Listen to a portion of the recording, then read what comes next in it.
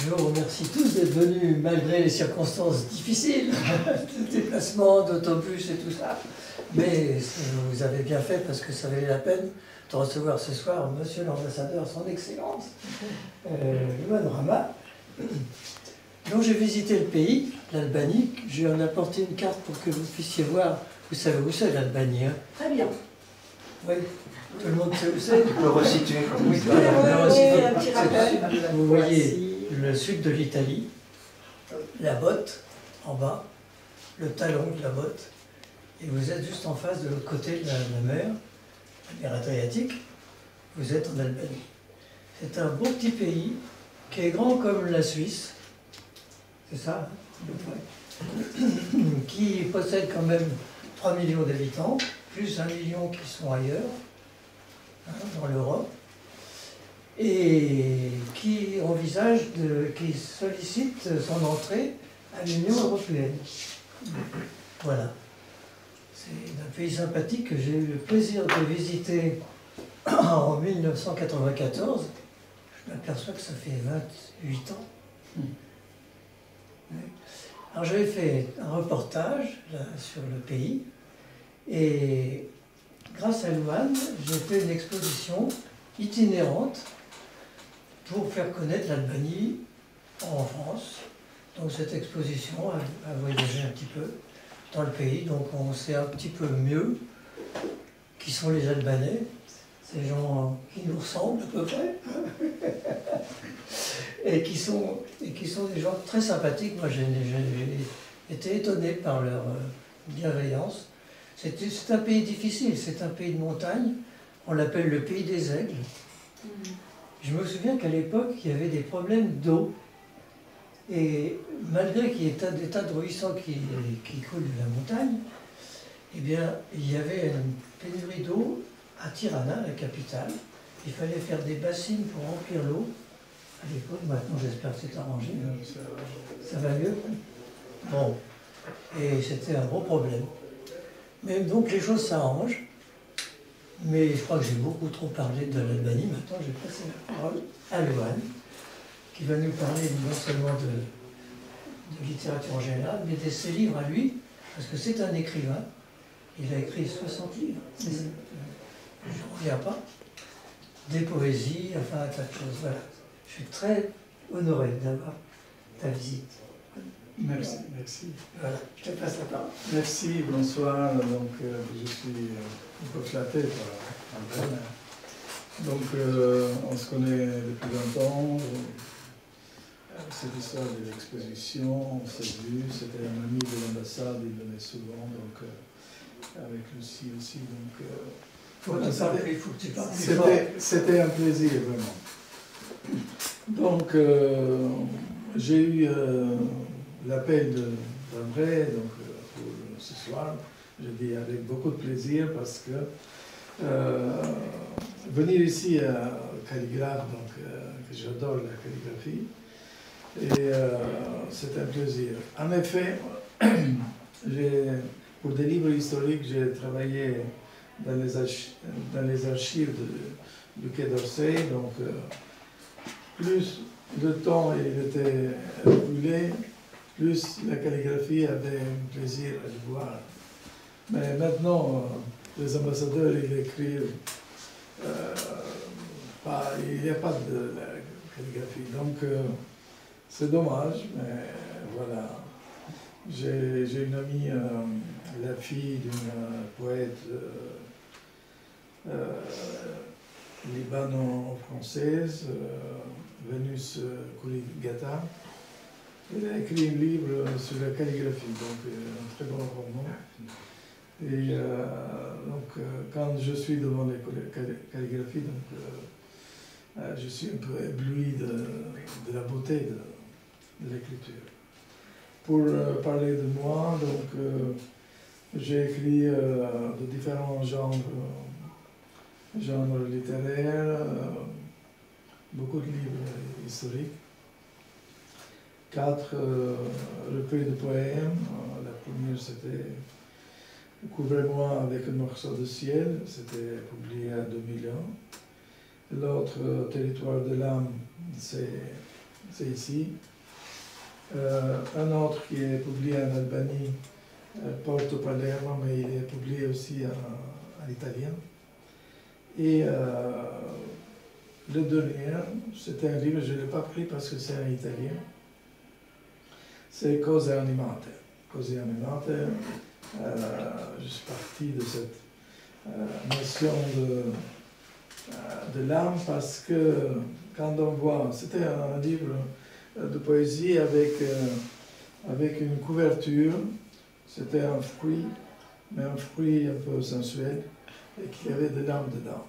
Et donc tout le livre, c'est des poèmes d'amour et aussi des poèmes sociaux aussi. J'ai publié aussi d'autres livres, des romans, plusieurs romans, des livres historiques qui touchent toujours l'Albanie et la France, du point de vue historique aussi. Des romans qui ont été publiés aussi en français.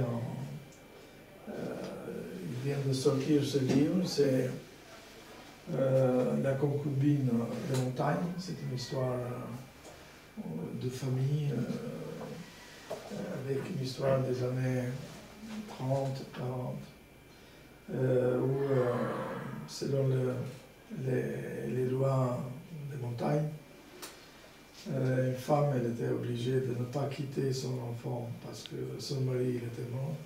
Elle était obligée de se marier et de vivre avec le frère de son mari mort, qui était aussi marié. Donc voilà, au début c'est la haine des deux femmes, mais après, avec le temps, avec les épreuves de la vie, elles s'approchent et il y a un amour fou entre les deux femmes. C'est ça l'histoire. J'ai publié aussi des livres un peu sur l'art, un livre qui s'appelle En face du tableau, c'est des critiques sur l'art figuratif, sur les peintres. Ce livre ici, c'est dédié à Léon Gérôme, qui était un personnage assez important de la peinture française à la fin du XIXe siècle. Lui, il était parti en voyage en Égypte. Il a traversé le Nil, il était allé jusqu'à Luxor. Donc, il a eu beaucoup d'années là-bas avec les Fussanella, donc avec ses fistons. Et il était tellement pris de cette beauté du costume, mais aussi de ces gens très rigoureux et de bravure, qu'il a fait une centaine de tableaux, et la plupart c'est aux États-Unis. Il y a eu une exposition au musée d'Orsay il y a 5 ans sur son œuvre. Il n'a pas fait que ça, il a fait aussi des sujets historiques assez intéressants quand même. Léon Gérôme, il était académicien et voilà, donc il avait son studio vers la place de Clichy. J'ai publié aussi un épistolaire. Je n'ai pas pris tous les livres parce que ça devait être ennuyeux. Donc, ce livre, l'épistolaire de Zaratan, ça c'est un dessin de l'enfer de Dante, fait par Botticelli. Botticelli, à l'époque, il a vécu cette époque de 1500. Il était épris par Divina Commedia de Dante et il a commencé à l'illustrer. Il a fait une centaine de dessins, plusieurs coloriés, la plupart sont en Allemagne. Et ça, c'est la première qui représente l'enfer. Pourquoi j'ai choisi cette couverture? C'était publié par les éditions Petit Véhicule. Je l'ai mis parce que dedans, c'est l'histoire d'un ancien détenu politique juste après la guerre. c'était quelqu'un qui a fait des études en Italie, qui aimait Leopardi, les poètes italiens, il était un latiniste.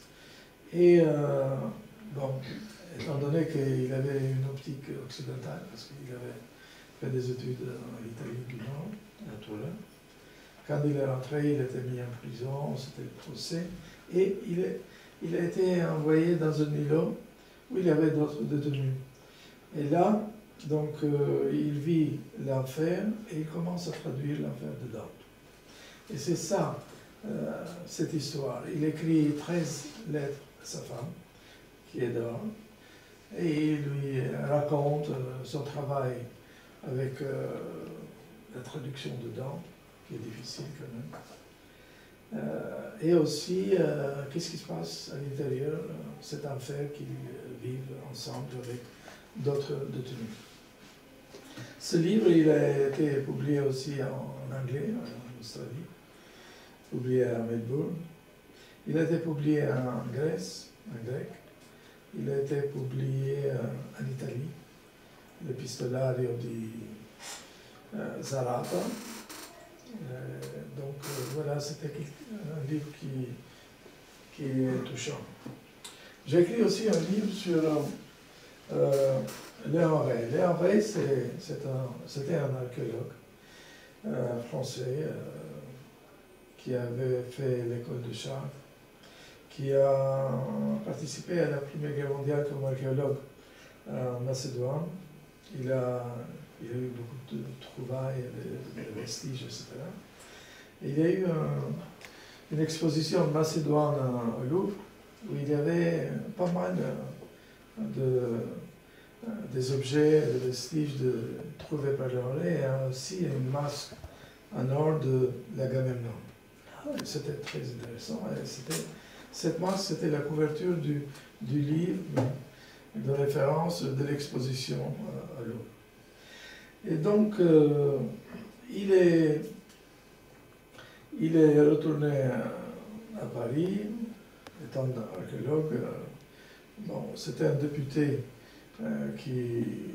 français, Justin Godard, qui devait aller en Albanie parce qu'il était pour soutenir l'Albanie dans ses efforts de reconstruction après la guerre. Et lui dit, mais viens avec moi en Albanie, donc, parce qu'il y a beaucoup de sites. Il avait visité avant des sites archéologiques. Ils vont là-bas et ils s'étendent et ils trouvent des choses extraordinaires. Et alors avec lui, on monte un projet pour une mission archéologique française en Albanie, à Apollonia de Lili. C'est au bord de la mer. Apollonie, c'était une colonie ancienne hellénique. Après, c'était l'époque romaine, c'était Octavien, c'était celui qui allait devenir le premier empereur. C'était le neveu de César. Et à Apollonie, pour vous dire que c'était très développé parce que là, c'était une école, une grande école militaire des Romains.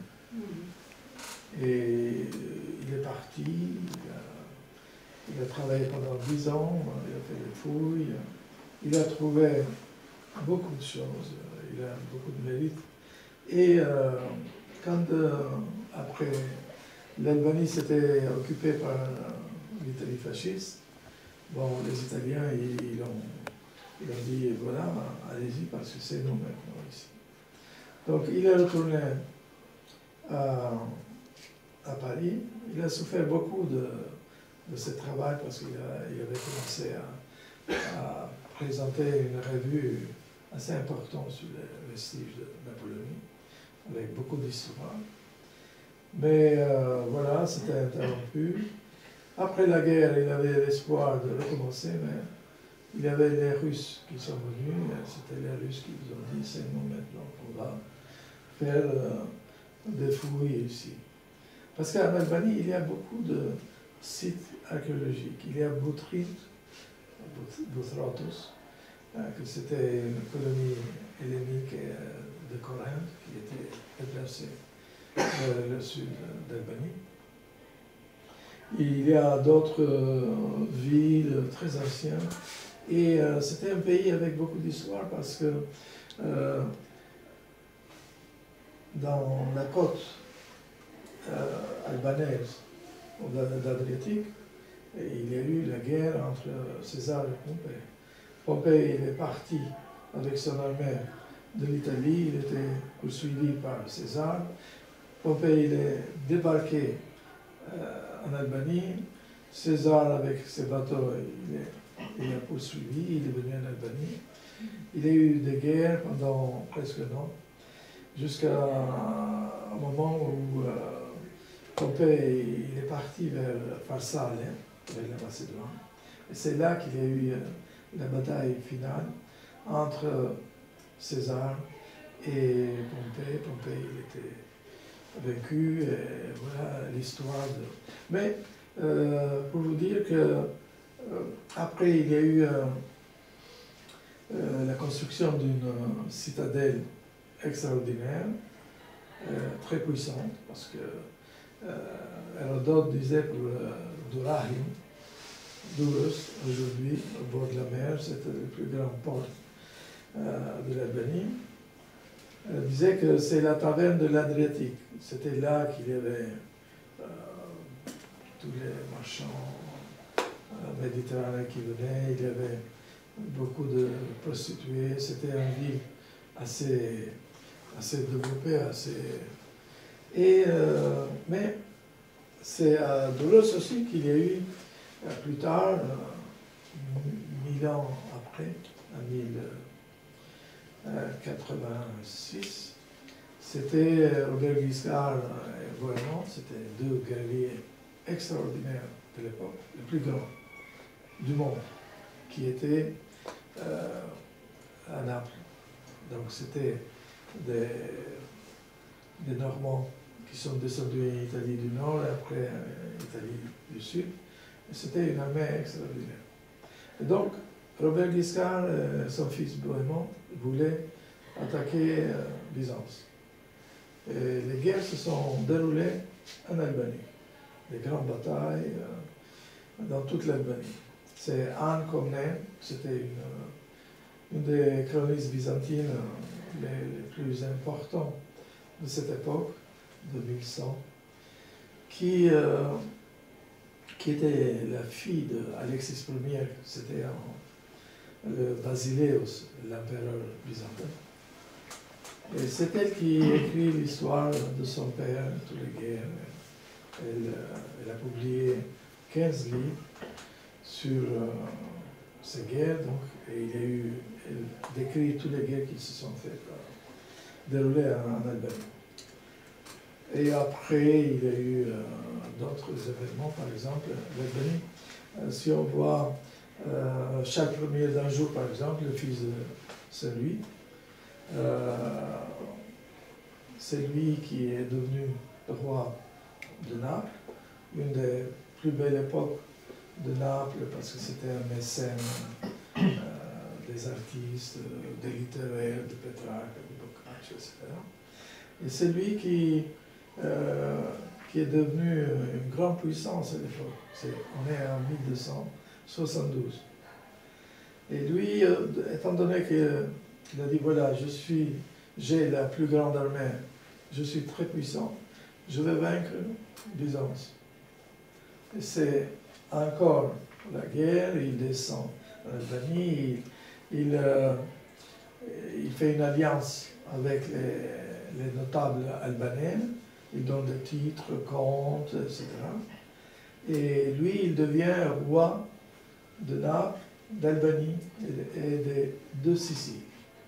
Voilà, c'était un jeune qui a fait une époque assez intéressante dans l'histoire de l'Italie, aussi du point de vue culturel, parce que Naples, c'était très florissant.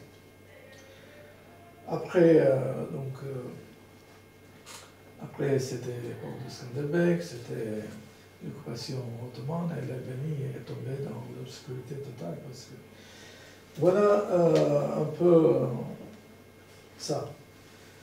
Donc, moi, je peux parler beaucoup de mes livres et je me perds dans l'histoire ancienne. Mais j'ai publié un livre sur Auguste Dezans, sur les consuls. Un livre à part sur Auguste Dezans, c'était un consul, un ami de Baudelaire. Ils ont fait l'école ensemble. Baudelaire, il donnait ses poèmes à lui. Donc, voilà, c'était un personnage assez intéressant, mais il a pris la voie de la diplomatie. Il est devenu consul. Il est venu en Albanie. Il a été consul à Belgrade, à Macédoine, en Bulgarie, etc.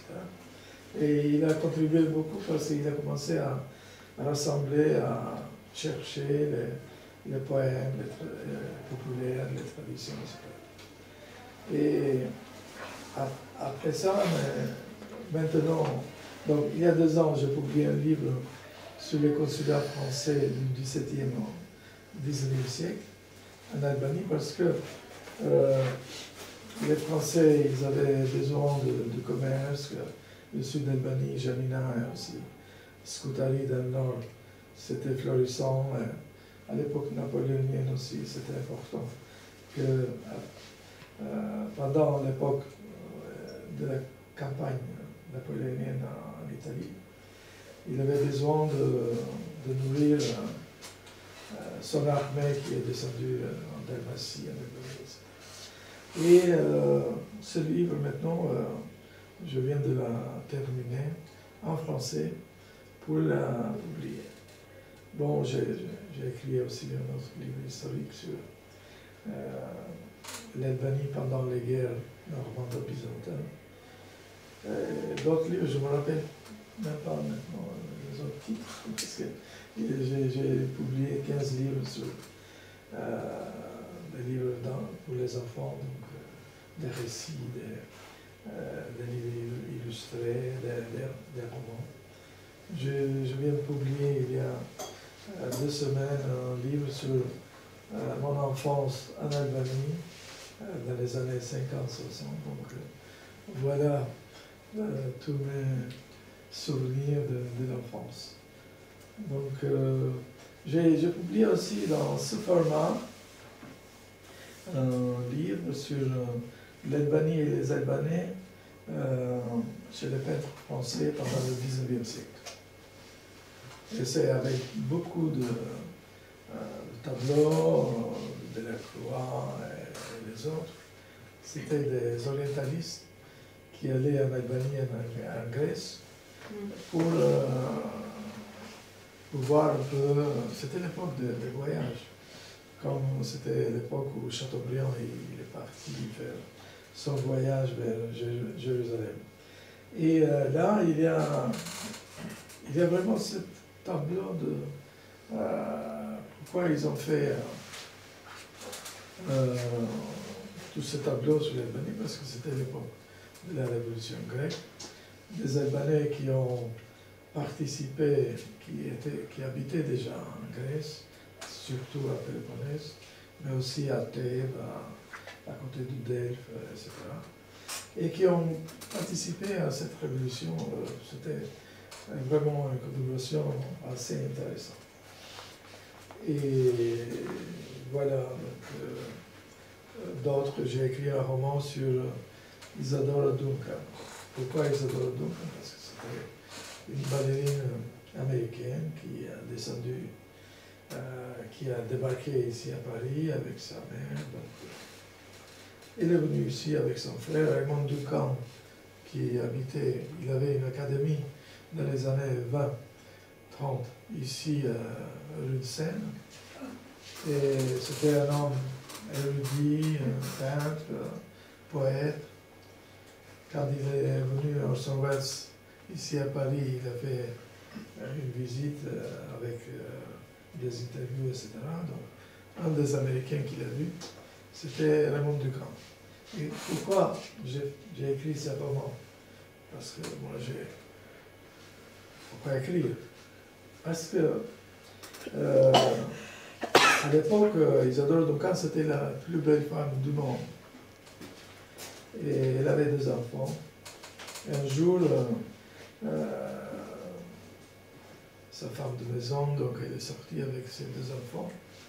Et ils se sont noyés dans la Seine. Et elle a eu un choc terrible, elle voulait se suicider. Et son frère, Raymond, lui dit, voilà, tu viens avec moi, je t'amène dans un endroit, dans un pays où tu vas te guérir. Et c'était quoi? À l'époque, en Albanie, en 1914, 13-14, c'était la guerre balkanique. Il y avait beaucoup de réfugiés, beaucoup de morts. Et il prend sa sœur, ils vont à Saranda, ils s'installent là, ils montent 2 tentes, mais il y avait une population qui était affamée parce que c'était la guerre. Et lui, il construit une boulangerie pour préparer du pain. Il a acheté du maïs à Corfou parce que Saranda, c'est en face de Corfou. C'est à 6 000 du point de vue de l'endroit. Et voilà. Et la c'est juste en dessous. Après, il dit voilà aux femmes, il dit voilà, vous allez travailler pour la prospérité. Donc, qu'est-ce qu'il a fait? Parce qu'il a vu un jour qu'elle tricotait. Il a acheté un outil à Corfou pour faire des tapis, des kilim. Donc, ils ont commencé à ça. Ils vendaient les kilim à Londres. Et donc, comme ça, cet endroit, cette petite cité, a commencé à vivre.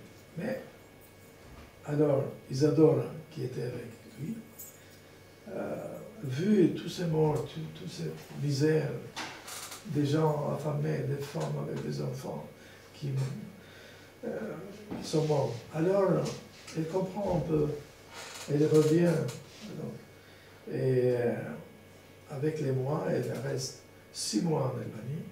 Elle commence à aimer ce paysage, à aimer les gens, à comprendre qu'est-ce que c'est l'homme, qu'est-ce que c'est la vie. Elle était une des danseuses les plus connues dans le monde. Elle dansait, donc, si on voit toutes les revues des années 1010, 110, donc on le voit partout. Elle dansait des danses grecques avec une tunique. Qu'on voit. Des voiles, oui. Voilà, Ouais, des ma voiles. mère l'a vu danser, Voilà. on en a parlé. Eh ben, c'est très bien. Et aussi, elle dansait pieds nus. Oui, c'est ça. Et elle faisait des mouvements comme ça. C'était une danse extraordinaire. Il y a eu un film. Oui, qui était très beau d'ailleurs. Voilà. J'ai vu 2 fois. Voilà, c'était très bien. Donc, ça fait un moment d'ailleurs. elle a commencé à sentir son corps, à mouvoir.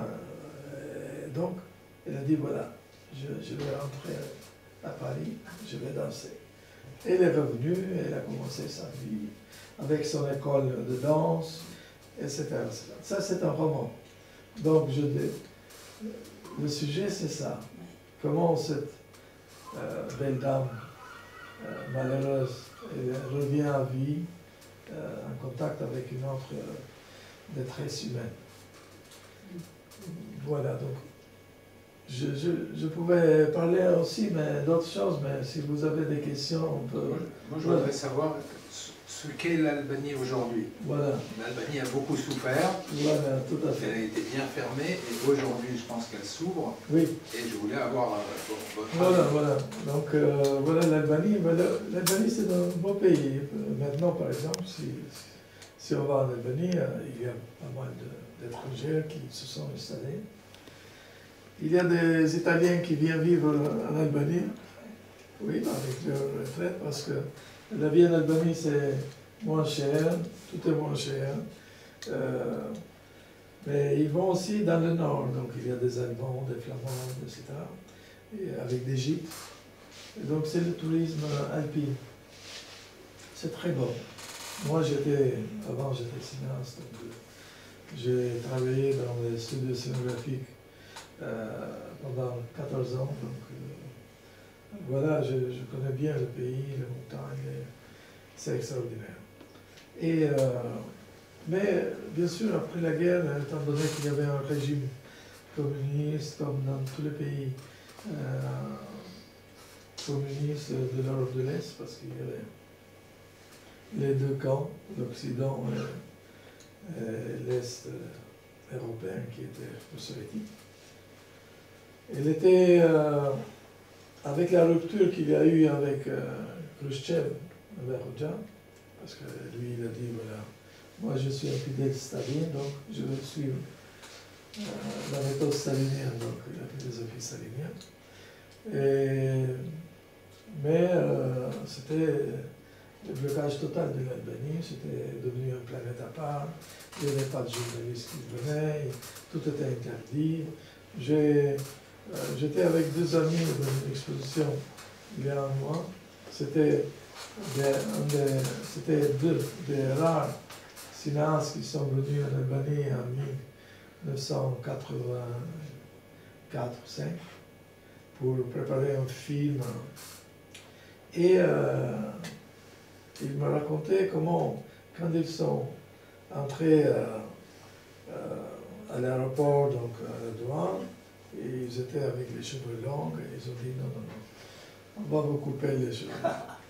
Et donc, c'était ça, il y avait une censure. Jusqu'en 85. Oui. Moi, j'ai écrit j'ai publié un livre sur la censure. Le titre, c'est Le long chemin sous le tunnel de Platon. Et donc, c'est tout ce monde de la censure qui était à l'époque. Sur Robert Rockja. Ah oui, mais je ne l'ai pas apporté. Et, mais,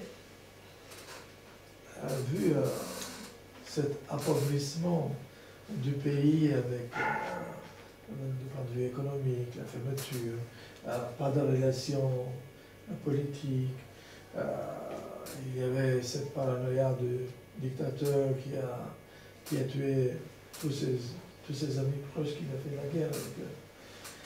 Et tout ce procès politique, il est mort après l'autre qui est venu au pouvoir. Il a dit je vais continuer la voie de Varodja. Donc, mais l'Europe de l'Est, ça a commencé à bouger.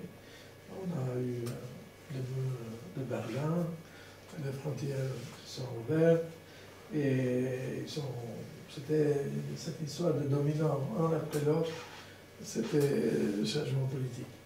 Il y a eu Ceausescu en Roumanie et c'est à ce moment-là que le leader politique de l'époque il a dit bon, on ne peut rien faire parce qu'ils vont nous tuer comme Ceausescu.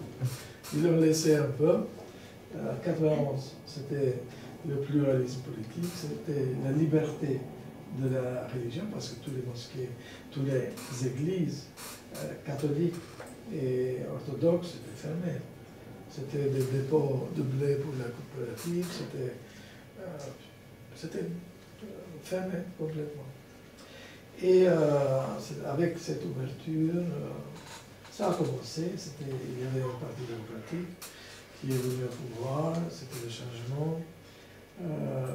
Moi, je suis venu à Paris en 91, donc voilà mon parcours après diplomatique.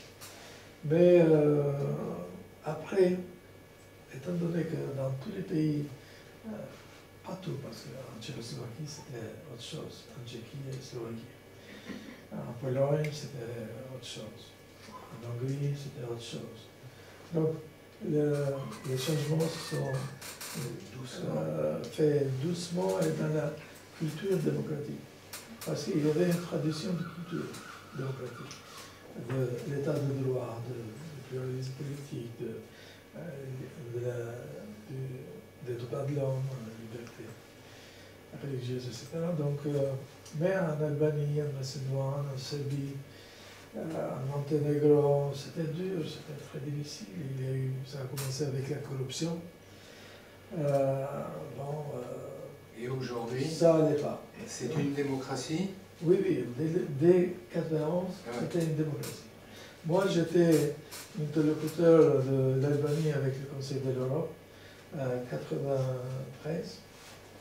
Et donc, ça a commencé à inviter des juristes, des avocats, des hommes de culture, etc., dans tous les domaines des constitutionnalistes pour avoir une constitution. Donc c'est un pays où on peut aller s'installer. Je suis un peu allergique avec ce temps. Tu veux de l'eau, Loan? Non, ça va. Et donc on a commencé un processus d'ouverture vers l'Europe avec les acquis européens pour travailler dans le commerce, dans l'économie et d'autres domaines. Et au niveau économique, quel est de quoi vivent les Albanais? En Albanie, à dire la vérité, donc l'Albanie pouvait offrir encore plus à ses habitants pour vivre encore mieux. Il y a un niveau de vie, mais dans les villages reculés, donc c'est un peu. Il y a eu une grande immigration, 1 million d'Albanais qui sont partis en Grèce, qui sont partis en Italie, en Allemagne, très peu en France, après aux États-Unis, au Canada. Donc, mais c'était que des cadres. Par exemple, c'est un Mexique, c'est l'Mexique. Le Canada, elle avait une politique d'attirer que des cadres, des médecins, des économistes, des gens qui ont fait le droit, etc. Pas n'importe qui. Donc c'était ouvert. Il y a une communauté assez importante au Canada. En Allemagne, donc c'était un peu ouvert. En France, pas beaucoup. Voilà, donc, et maintenant, c'est le tourisme. Mais avec le Covid, avec cette situation de guerre maintenant, c'est un peu difficile. Mais quand même, l'Albanie a été aidée beaucoup par les programmes de la Communauté européenne. Donc, il y a eu cette ouverture de négociation qui est importante avec la Macédoine. L'Albanie est entrée à l'OTAN. Donc, elle est membre de l'OTAN. Donc, il y a eu des progrès. Il y a des élections de plus en plus positives du point de vue de culture d'élection, de vote, etc. Parce que dans les premières années, donc 1994, 15, quand il y avait un bureau de vote dans un village, c'était le chef, quelqu'un là qui prenait le vote. Et c'était lui qui donnait le résultat de chez lui. Là, il pouvait faire qu'est-ce qu'il voulait. On parle une langue slave ou Comment? C'est une langue slave. Voilà, l'albanais, c'est une langue à part, c'est indo-européenne. Ouais. Elle est ni slave, ni grecque, il y a eu par exemple, pendant l'époque des croisades, les croisés ils passaient par l'Albanie. Et après les croisades, c'était des Mohawks, de l'Irlande, de l'Écosse, etc., qui voulaient aller à Jérusalem, parce que c'était l'habitude des prêtres d'y aller, de faire un voyage vers Saint-Sépulcre. Et il y a eu à 1200 un Irlandais, un moine, qui a débarqué à Douros, du Rail, et qui disait dans ses écrits qu'ici, les gens sont ni slaves ni grecs. Ils parlent, mais ils parlent une langue à part. Ce n'est pas du tout ni slave, ni grec, ni autre. Ni latin. Ni latin. Donc, comme le basque. Voilà. Mais l'Albanie, c'était un pays où il y a eu pas mal Donc, du point de vue du catholicisme, de l'Église romaine, dès le 1er siècle, en Albanie, on avait des grandes personnalités de la religion catholique romaine. Ah ouais. Oui. Après, il y a eu le séisme, après, il y a eu les orthodoxes et les catholiques. Pendant les guerres de Charles Ier d'Anjou, il a aidé les catholiques de devenir massivement en Albanie. Après, à l'époque byzantine, c'était l'Église orthodoxe. Donc, c'était toujours partagé l'Albanie entre l'Église orthodoxe et catholique. Mais avec l'invasion turque qui a duré presque 5 siècles, c'était la conversion forcée des villageois dans la religion musulmane. Mais tous les voyageurs, moi j'ai publié un livre sur les voyageurs français pendant le 19e siècle en Albanie. C'est un livre assez épais. Presque tous disent, voilà, c'est un fétichisme, cette histoire de religion, parce que l'Albanais du nord de la montagne, il jure pour Mohamed et pour Dieu. Donc, il fait la fête musulmane, mais aussi de Saint-Nicolas, par exemple. Voilà, donc, c'était ça la religion. Pourquoi? Parce qu'il voulait avoir de bonnes relations avec le pacha, avec les militaires ottomans. De l'autre côté, par exemple, dans une famille, il y avait les fils de père, il y avait des noms musulmans et des noms catholiques. C'est drôle cette histoire de la religion. Et les Bektashi. Voilà, Bektashi, ça commence en 1923. L'Albanie, ça n'a jamais été un pays de Bektashi, mais quand Kemal Atatürk, il a chassé les Bektashi, parce que les Bektashi, c'est un secte assez paisible. Ils boivent du raki, ils dansent, ils ne sont pas terribles. Donc, Ils ne sont pas intégristes. pas du tout, pas du tout. Ils sont pour la paix.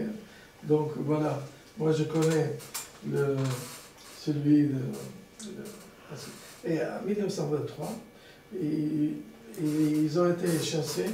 Où aller? Donc ils ont demandé au roi albanais à l'époque. Il a dit, mais venez. Ils sont venus, et donc c'était le Bektashisme. Et maintenant, pendant la dictature, donc il n'y avait pas, parce que les églises, les mosquées s'étaient fermées, les Bektashis c'était devenu des ouvrières, etc. Il n'y avait plus de religion. Mais avec la venue de la démocratie, les Bektashis ils ont commencé. Il y a un grand siège de Bektashi. Baba Mondi, c'est un personnage, il a été militaire. Il est devenu Baba Mondi. C'était le chef de Bektashi du monde. Et c'est intéressant parce que j'ai écrit un poème pour lui. C'était moi, je l'ai photographié. Voilà, ah oui. Il est venu à Paris pour Charlie Hebdo, parce qu'il est venu avec un prêtre orthodoxe, un prêtre catholique, lui et le prêtre musulman. Voilà, les quatre. Et ils ont marché, ils ont été là, donc ça a été vraiment un événement extraordinaire. Et Baba Mondi, il est revenu à Paris pour une journée des Bektashi, de la culture bektachienne à Paris. Et dans une grande salle, il y a eu un spectacle. Il y a eu un danseur albanais qui était là. Il a dansé avec une musique de Mozart.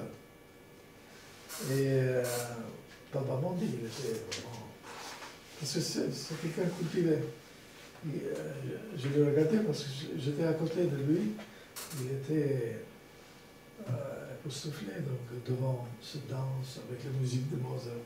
Et j'ai écrit un poème. Baba Mondi écoute Mozart au palace. Et donc, C'était un poème qui a été traduit dans plusieurs langues parce qu'il a bien aimé ça. Voilà. Donc, du point de vue de la religion.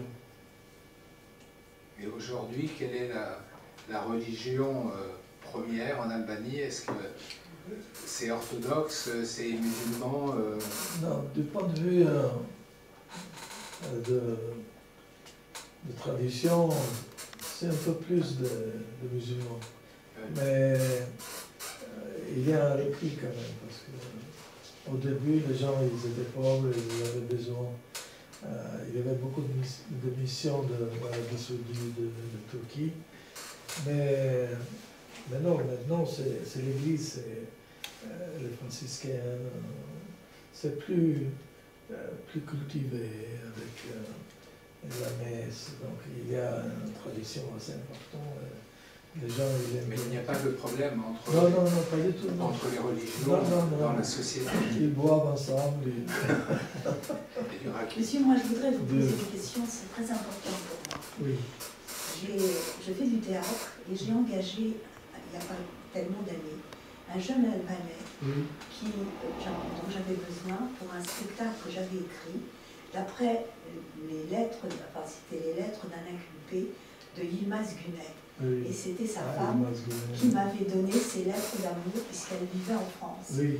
Et je lui ai dit, écoutez, ça me plairait, elles sont très belles. Est-ce que c'est possible que je puisse les adapter pour le théâtre? Güney était déjà très malade, puisqu'il est mort à Paris. Oui, j'ai vu sa fille. Et c'était une fille formidable. Elle m'a dit, mais oui, je vous confie mes lettres. Et le texte, si vous voulez, les textes, évidemment, ça parlait de prison et de choses assez dures. Oui. Et c'est elle qui m'a recommandé ce jeune homme albanais.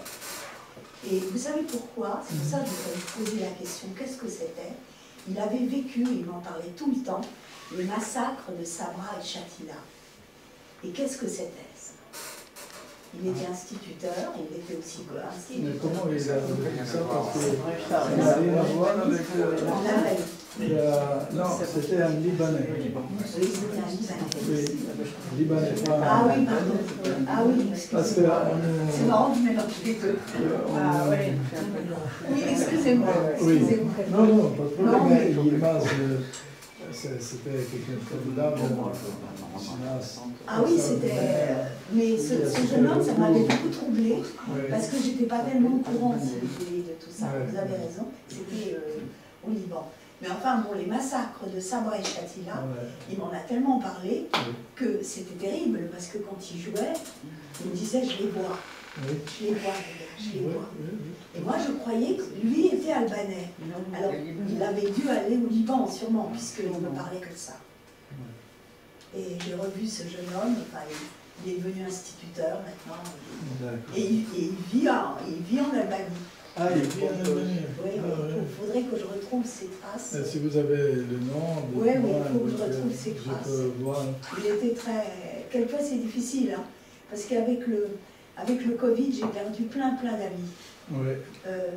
Qui sont partis, qui sont morts aussi, et beaucoup plus que je ne pensais. Et donc pour les retrouver, alors je demande à mes copains, mais c'est toujours compliqué.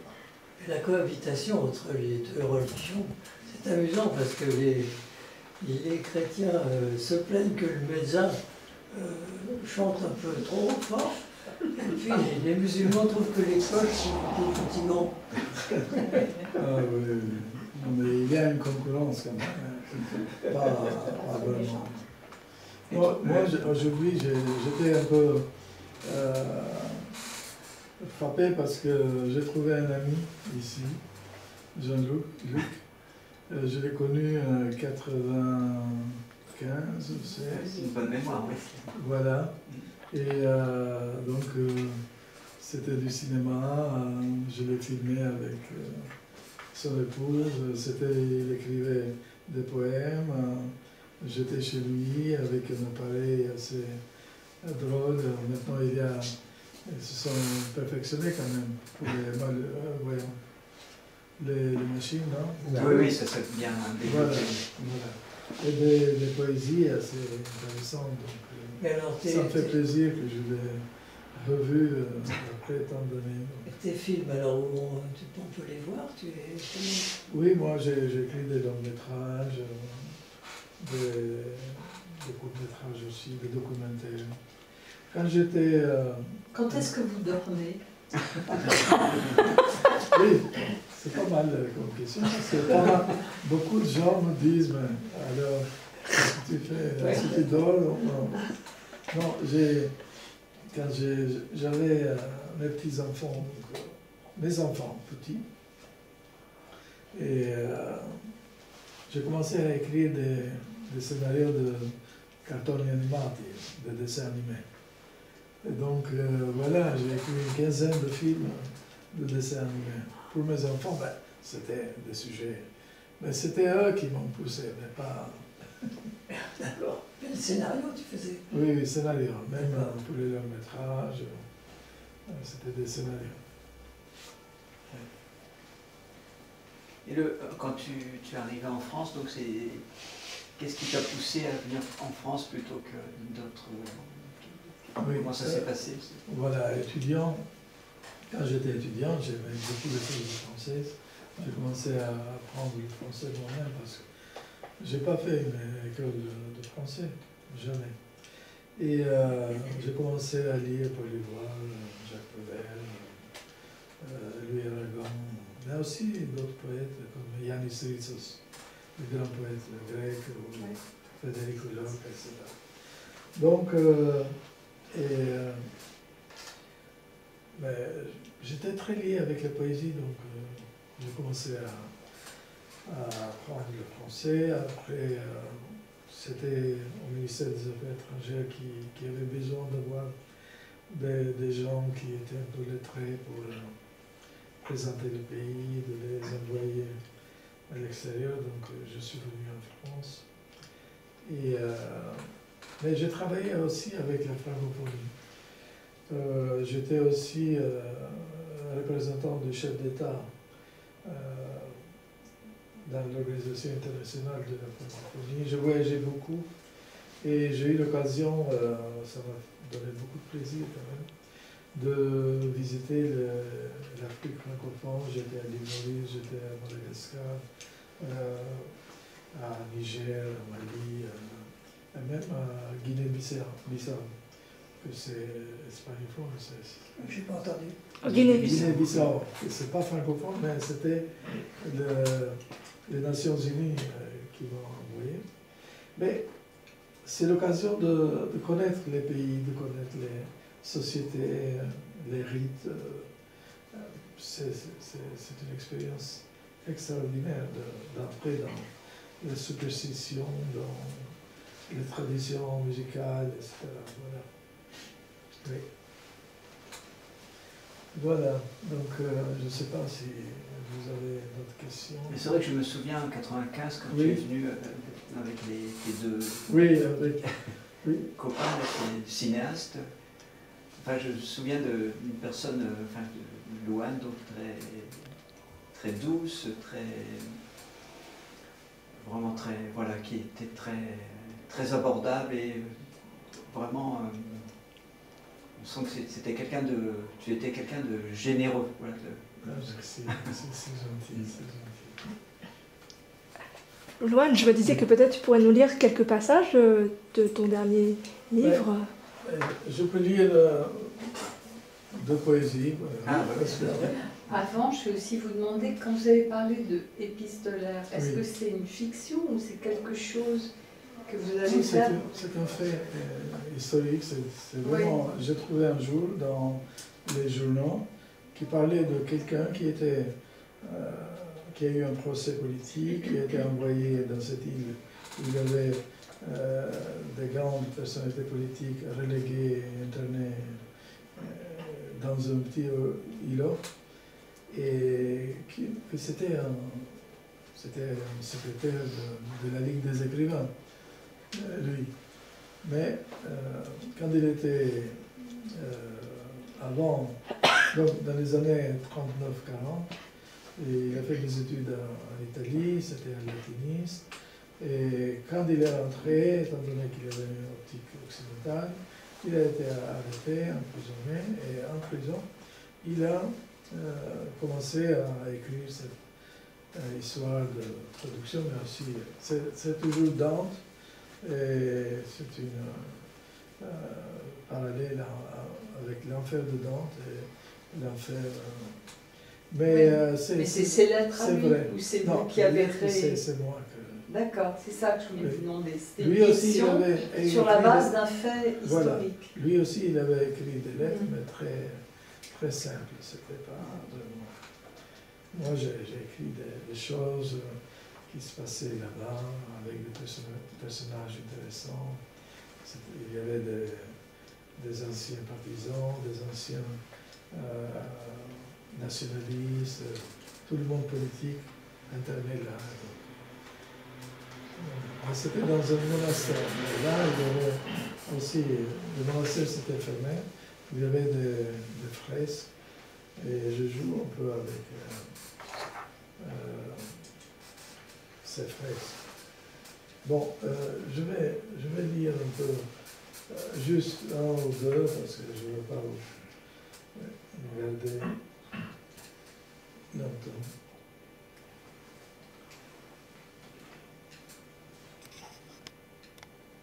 Bon. Le rouge enflammé. Je ne lis pas très bien, excusez-moi. Tu me parles du rouge, et moi je ne vois que tes lèvres. Regarde, ce rouge crémoisi, tu me dis. Le rouge éclatant comme le soleil sur mes mains, comme la cape du Richard II. Le rouge sacré d'une main divine. Mais moi, éperdu, je ne vois que ta bouche enflammée. Tu aimes le rouge écarlate, ça te plaît? Et tu parles avec cette ivresse voyageant dans le rouge du monde, le rouge vénitien, le vermillon, le carmine carpaccio, attendu sous les pèlerines et les capuchons des cardinaux. Tu aimes le rouge titien, le pourpre sur le parchemin, la liturgie du rouge. Abraham en hébreu veut dire le rouge, et moi je touche tes lèvres avec mes doigts, sans avoir peur de me brûler. Je voudrais te faire un cadeau pour ton anniversaire. Une chemise, dis-tu, avec une voix douce, douceur d'une harpe de Vivaldi ou de Brahms. Je veux t'habiller en rouge. Regarde le rouge de Tintoret, de Rembrandt, Rubens, de Van Dyck. Plus rouge que le rouge, sur ta bouche, tes yeux et ton âme, là où la magie du rouge m'engloutit et perdue dans les braises de la longue nuit. Signe de ponctuation. J'ai dit au signe de ponctuation, pas besoin de venir ce soir, ni tard dans la nuit. Je ne veux ni point ni virgule. C'est une lettre d'amour, une lettre d'âme, de souffle, de nuit, qui attend l'aube du lendemain. Les vers vont comme des chevaliers qui n'arrêtent jamais sur la lettre sacrée, mot liturgique, sans point d'interrogation ni d'exclamation. C'est un écoulement de sang qui bouillonne à l'intérieur de deux êtres. Toi, moi, nous, des doigts qui s'allongent, pieds qui s'entrelacent, un amour sans signe de ponctuation, comme une route, sans panneau ni borne kilométrique. Pas besoin de s'arrêter, tourner, respirer. Tout est quantique, commencé il y a 1000 ans. Notre monde sans signe de ponctuation. Vous avez écrit directement en français ou c'est traduit? Quelques-unes, je l'ai écrit directement, quelques-unes. Un jour, j'allais à Honfleur, j'étais dans un wagon, et c'était vide, il y avait une jeune fille à côté, et de l'autre côté, c'était moi. Le wagon, c'était vide. Et je le regardais, c'était une fille, une belle fille, avec le chapeau. Elle avait levé le pied comme ça, et donc elle dormait. Et moi, j'ai écrit là une poème. elle dort. Le train s'en va, et il s'endort comme un ange en face de moi. Dans ce wagon, un pied levé, appuyé dans sa place. Le train s'en va, et la pluie frappe les vitres. Les nuages courent à toute vitesse, abandonnant de loin. Un arbre oublié, nuit solitaire, mouillé sous la pluie d'été. Il s'endort, toujours les yeux fermés. S'en va, elle aussi, avec son rêve. Où va-t-elle? Vers quel bord de la mer? Je laisse mon livre et je regarde encore ce manuscrit purpureus, avec son pied levé toujours, et ses lèvres rouges pulpeuses, doigts vernis suspendus dans l'air. Seule sa poitrine bouge, des seins où respire le monde. Là, comme toutes les femmes amoureuses, embrassées en extase comme dans le sommeil tardif, en bas d'un ciel gris, recroquevillée, elle bouge, je la tiens dans mes bras pour l'amener à l'oracle de Delphes. Manteau noir, cheveux noirs, lèvres rouges, cramoises. Étant donné que je ne suis pas en peintre, que je n'ai pas de crayon, je commence à la dessiner avec mes yeux. D'abord les sourcils et les cils. Puis je descends en bas sur cette ronde rose. Je me repose un peu dans son menton ovale et après je continue ses grâces. Si j'étais Marley, dans la lumière de son atelier, dessiner les lignes d'une inconnue dans son âge d'or, belle comme Simonetta de Botticelli ou Hendrick de Rembrandt, avec ce visage du premier amour là, enfoncé dans son siège, où toutes les femmes du monde dormaient à cet instant, dans ses yeux, et son pied levé un peu, un modèle d'art, j'ai vu, un fruit d'amour, qu'il ne faut pas croquer. Chut, elle dort, mais subitement, elle s'est réveillée. En se retournant vers moi, sa bouche s'est ouverte comme un rose. Il m'a vu, je l'ai vu. Il m'a souri amicalement. Moi, timide, je fermais les yeux. Dormir dans un autre monde, chez une autre femme. Chez ma femme. Et la dernière, parce que tu te rappelles-tu? C'est une histoire un peu personnelle. C'était une nuit chaude, c'était une chaude nuit d'été. Il était plus de minuit. Au lit, la vieille dame a allongé sa main sur la poitrine de son mari. Tu dors? Oui. Je me suis rappelé comme dans un rêve. Quoi? Cette nuit-là, quand je te cherchais partout dans la ville, dans la pluie et dans le vent, je te cherchais comme une folle toute la nuit. Et je priais Dieu que tu sois avec une autre femme. Que tu sois en vie. Dis-moi, où étais-tu cette nuit-là? Il s'est tourné vers elle, il toucha ses lèvres sèches. Il faisait froid. Parle-moi. Le silence pesait si lourd. Oui, j'étais avec une autre femme. Toute ma vie, j'ai voulu te le dire. Mais quelle importance maintenant? Bientôt, nous quitterons ce monde. Nous quitterons le soleil pour franchir le seuil de la longue nuit éternelle. Il l'embrassa, elle pleurait. Dors maintenant. Il est tard, les oiseaux vont chanter, les tourterelles vont prendre le ciel. J'avais peur de toi. Maintenant, je peux dormir, j'ai du temps. Ils se sont rapprochés l'un de l'autre, leurs yeux face à face, grands ouverts, avec leur plaie qui coulait encore, plaie qui pulsait lentement dans le temps, 100 ans, jusqu'à l'heure qui ne voulait plus apparaître. Voilà. Bravo. Merci. Eh ben, écoute, Bon. c'était vraiment très, très intéressant. Et c'était bien de lire quelques poèmes. Oui. Ah oui, ça donne une idée. Bon, Mais tu nous, c'est la vie de l'homme. tu nous lirais pas tout de même un extrait de La concubine des montagnes? Parce Ah que bah, c'était le sujet de la soirée. Oui, je sais, mais oh, tu peux lire un peu ce qu'il dit là. C'est pas pareil. C'est moi qui le lise. Alors, Non, juste, qu'est-ce qu'il dit, Sur la route. l'éditeur? sur la route qui ramène Dahlia dans son village, les souvenirs refont surface.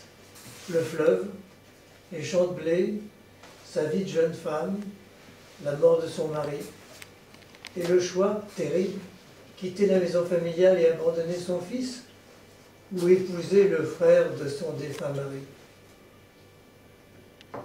Dans le silence des montagnes, la voix de Dahlia s'élève et livre le récit d'une vie où la loi du Kanum rythme inexorablement le destin des femmes.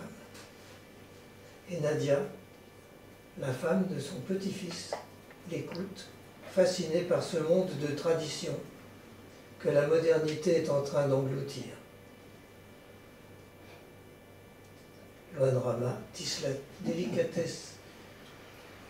délicatesse les fils d'un monde aujourd'hui disparu pour faire revivre les coutumes et les mythes des montagnes albanaises. Voilà, la concubine des montagnes. C'est des coutumes musulmanes ou c'est encore autre chose, Non, encore plus ancien? C'est ancien, le canon, ce n'est pas que musulman et catholique, c'est la loi des montagnes. C'est pas écrit, c'est une constitution, à part qui règle, qui organise la vie sur le statut de la femme, sur l'hospitalité. Qu'est-ce que c'est l'hospitalité, par exemple? Dans ce canon, on dit que la maison, c'est de l'ami et du Dieu. Donc si quelqu'un il frappe à la porte dans la nuit, à travers la montagne, il a perdu la route, etc., l'autre, il est obligé de l'héberger, de le nourrir. Et même quand il y a eu la vendetta, comme en Corse, en Albanie aussi, même si c'était l'assassin de leur fils, il était obligé de l'accueillir, de lui donner à manger, de l'héberger, l'assassin. Et après, de l'accompagner et de lui dire, voilà, maintenant, garde-toi de nous. Voilà, c'est mythe de l'hospitalité. Tous les voyageurs français qui ont voyagé dans le Nord, ils parlent de cette hospitalité mythique des Albanais. Mais quand vous dites la montagne, il y a de la montagne partout ou c'est une région de montagne très particulière? Seulement la côte et l'Albanie méridionale. Vous voyez sur la carte, tout ce qui est vert, c'est la plaine. Non, mais je vois pas. Tout le reste, c'est la montagne. Vers la mer, donc au centre, il y a des champs, mais après, il n'y a que des montagnes. L'essentiel, c'est des montagnes. Des lacs, des rivières, beaucoup d'eau. C'est un peu pays comme en avec beaucoup d'eau. Même si à l'époque, il n'y avait pas d'eau. Oui. Bon, ben, merci. Merci. Mais moi, je vais t'acheter.